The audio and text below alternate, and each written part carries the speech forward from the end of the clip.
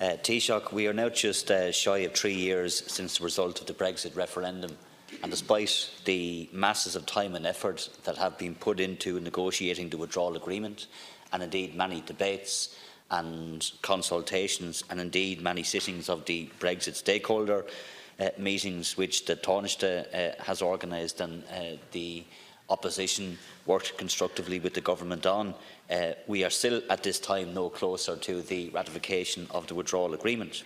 That has to be very concerning for all of us, despite having serious reservations about the agreement itself and absences in that agreement in terms of a number of issues, particularly the rights of EU citizens in the north, and also aspects of the single market in relation to services.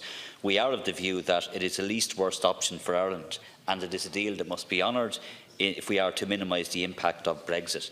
Yes, there is now an extension of the Article 50 process, Taoiseach, but as per last week's agreement of the European Council, the extension itself buys us time, and we now have 6 more months to see can we get an agreement passed. The most important thing, though, is what happens in the next 6 months, and if Westminster and the British politics can come to some sort of consensus that can pass the withdrawal agreement and something else, whether it's a customs arrangement or whatever can be agreed.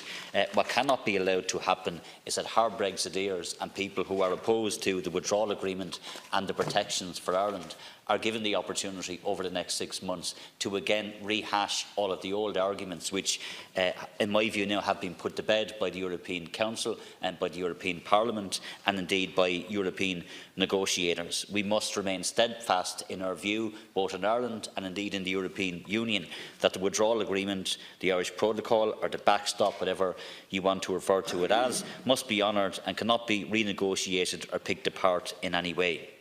That appears to be the only viable option in our view, is to ensure it is supported. And we have made this case directly to Theresa May and to Jeremy Corbyn last week when our party leaders met with both of those leaders, that the backstop must be honoured and is the only realistic deal that mitigates some of the worst aspects of Brexit for Ireland. Our party leader laid this out to the Speaker of the US House of Representatives, Nancy Pelosi, this morning, and we welcome her steadfast support for the Good Friday Agreement and for ruling out any post-Brexit trade deal for Britain if Brexit weakens the Good Friday Agreement. Despite the vast majority of people on this island, north and south, across all 32 counties, nationalists, unionists and otherwise, who support the backstop and support the protections for Ireland, we cannot, of course, Taoiseach, take anything for granted, and there is still the possibility 6 months down the line of a no-deal scenario presenting itself again, and obviously we have to be mindful of what happens. It is still a possibility, and hopefully one that will not come to pass. In the event that it does, the Taoiseach again needs to be reminded of our clear view that that constitutional issue needs to be put to the people, and it is time for the Irish Government and for Fianna Fáil to get serious about the unity of our country. There is nothing to be feared in relation to Irish unity. It is a legitimate political aspiration for people to hold, and through only democratic means can it be achieved. Nobody should be afraid of the ballot box or a referendum. It seems that is the case from the two bigger parties on this, in this state, but that's a matter for them. I welcome, by the way, we have European and local elections coming up in the north, certainly local elections in the next number of weeks. I welcome the fact that for the first time Fianna Fáil will be part of truly national politics and will be standing and fielding local election candidates with the SDLP, and we'll see what the outcome of that election will be. I put my faith in the people, and let's see what the people say in terms of the candidates that will be presented from Sinn Féin, from the Fianna Fáil SDLP, candidates that will. I didn't interrupt you, and you had a fair run, Cathaoirleach. But for the first time, we will have Fianna Fáil SDLP candidates, and it's not surprising to me that the leader of Fianna Fáil says he cannot understand how people in the north accept the fact and welcome the fact that we don't have institutions. That's not the case. Certainly in Sinn Féin, we acknowledge the institutions should be in place. But if the leader of Fianna Fáil was talking to people in the north, was on the ground as I was last night, campaigning in the north, talking to people, he would understand where people in the north are coming from. He would have a greater understanding of northern politics and would know it isn't about blame and blaming anybody. It's about how do you resolve the issues. And we know what the issues are. They were resolved last year by way of a negotiation. The DUP walked away from it. That's a fact. And we stand ready to talk to any political party, including the DUP, on the basis of getting the institutions restored, but on a sustainable basis. That's what the people in the north want. And as I said, we will have elections in the north in the next number of weeks. And that will tell us again very clearly who represents Northern nationalists. Is it people in here who pretend that they do, who continuously speak for them, who speak over them, who talk down their representatives in this chamber in trying to present some sense that we don't represent them truly, we don't understand where nationalists are? Let's see. And let's see what the outcome of those elections will be. And I look forward to having that debate with the leader of Fianna Fáil after the next election. There's also many other issues that emerged as well and are important in terms of the future of Europe. And I think Brexit, Taoiseach, has brought that into very sharp focus. I have always been a Euro-critical person. I believe in the European Union. I believe that Ireland's place is in the European Union, but I do believe that we should at all times be critical of aspects of the European Union. I believe in a social Europe, I believe in a democratic Europe, but I don't believe in a militarised Europe, an increased militarised Europe. I don't support and cannot support a European army. It is something that is being promoted by federalists in the European Union. There are people in Europe who want an ever closer union, who want a deeper political union and a deeper economic union. And that's a legitimate political viewpoint to hold. I have no difficulty with people holding those views.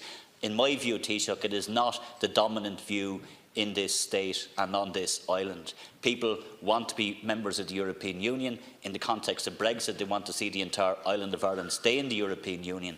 But they want us there as equal partners. They want us there in a more democratic Europe. And they certainly are very concerned about the increased militarisation, Taoiseach, which I spoke to you about in the pre-council statements, where we have a fight in this chamber almost every week in relation to scarce resources, money needed for health, money needed for housing, money needed for childcare. And I think people will not be happy with more taxpayers' money in this state, or indeed across the European Union, being spent on an increased militarised Europe. The only way, in my view, that we will fight the far right and make sure that the far right do not get a foothold in this state, and indeed fight the far right across the European Union, is to make Europe a more social Europe, to make Europe a more democratic Europe. So on issues like workers' rights, people see that Europe will deliver for them. Like issues like public services, people see that Europe will deliver for them. They don't want an increased militarised Europe. They don't want a European superstate. They don't want what some of the federalists are arguing for. And I think some of that has given succour to the far right in Europe. We also need to be very careful as well, Taoiseach, that we don't have a situation where we allow politicians in this state or elsewhere to pitch immigrants against those who are at the margins of society here, who are victims of very bad policies by your government, I would argue, and other right-wing governments across Europe, who deprive investment in public services, who create situations like the housing crisis, people in your own constituency and people in Dublin who pay massive rents, huge amounts of their income which are gone on just living, and the cost of living is very high for them. And that's what I get from people. That's what they want to see, the government reduce their cost of living. But we cannot allow the debate on immigration to be framed in the context of scarce resources and almost allowing people to scapegoat immigrants for what is the problem and the fault, I would argue, of right-wing politics. And that's where I believe the far right are gaining traction in some parts of Europe.